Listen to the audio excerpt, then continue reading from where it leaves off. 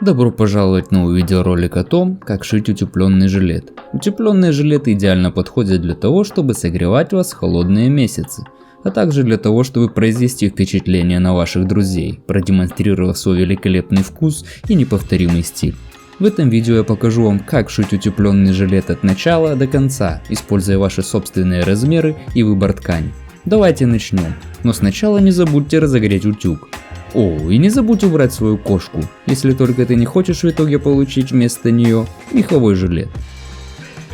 Первый шаг в создании собственного утепленного жилета – это снять собственные мерки. Вам нужно будет измерить свою грудь, талию и бедра, чтобы создать выкройку, которая будет идеально вам подходить.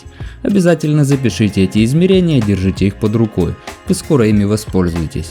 И не забудьте, если у вас пивной живот, измерьте и его, ведь мы не хотим оставлять его на холоде. Или может быть не стоит, зависит от того, как ты относишься к своему пивному животу, здесь нет осуждения. Как только у вас будут свои мерки, пришло время создать лекало. Вы можете использовать готовый шаблон или создать свой собственный с помощью Claw 3D или набросав лекало на бумаге. При создании выкройки обязательно добавьте припуски на швы и небольшое дополнительное пространство, которое понадобится для утеплителя.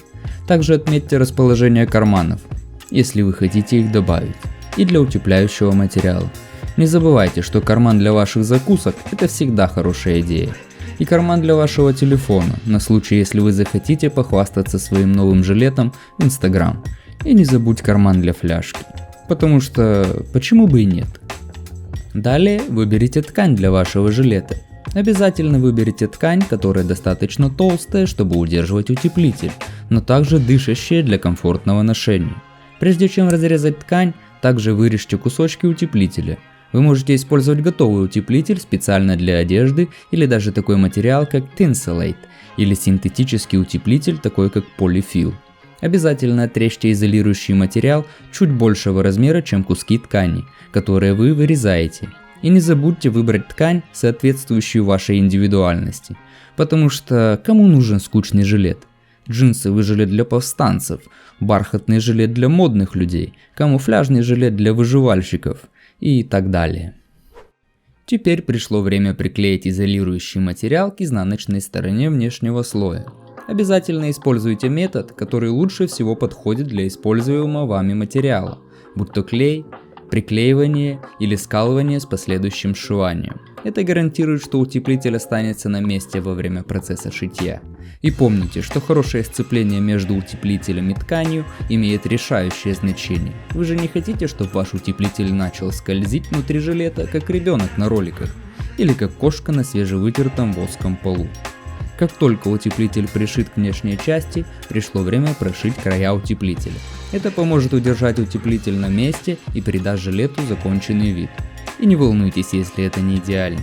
Помните, красота в несовершенствах, как морщинки на свежеиспеченном яблочном пироге, или как папина фигура.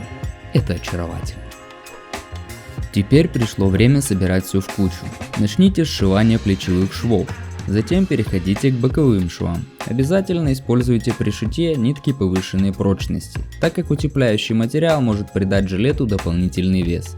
Чтобы пришить подкладку, необходимо следовать правильному алгоритму шитья. Для начала сшиваем первую пройму с подкладкой, следом сшиваем вторую пройму, потом сшиваем горловину, и только тогда у вас получится вывернуть жилет правильно.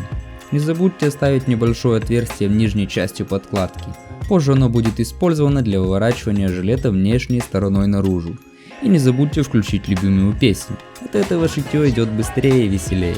Или самостоятельно спой, так будет еще лучше. Танцы тоже работают. Бонусные баллы за хорошо выполненную лунную походку.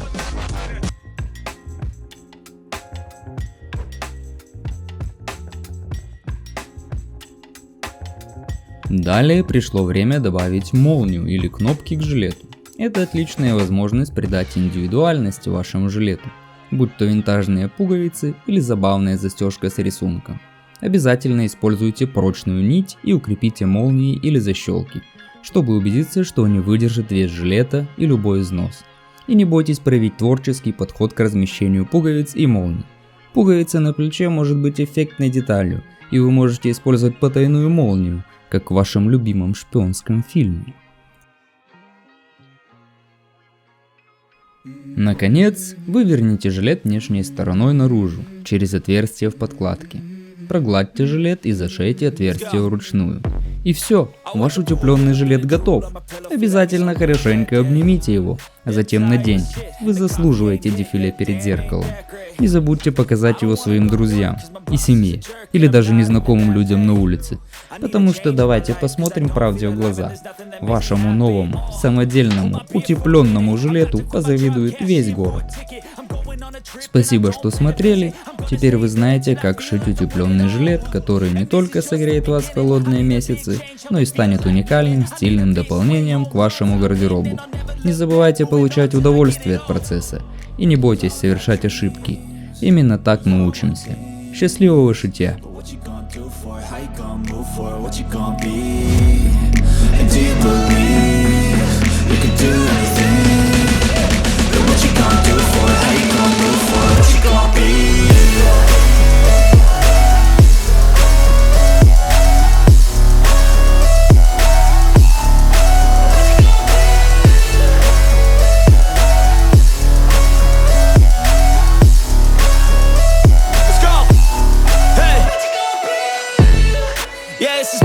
My strife, my right to fight, to die on. And this is my game to play, to claim a brand new name, oh. And I ain't gonna lie to you, I'm a bit nervous that I might screw everything.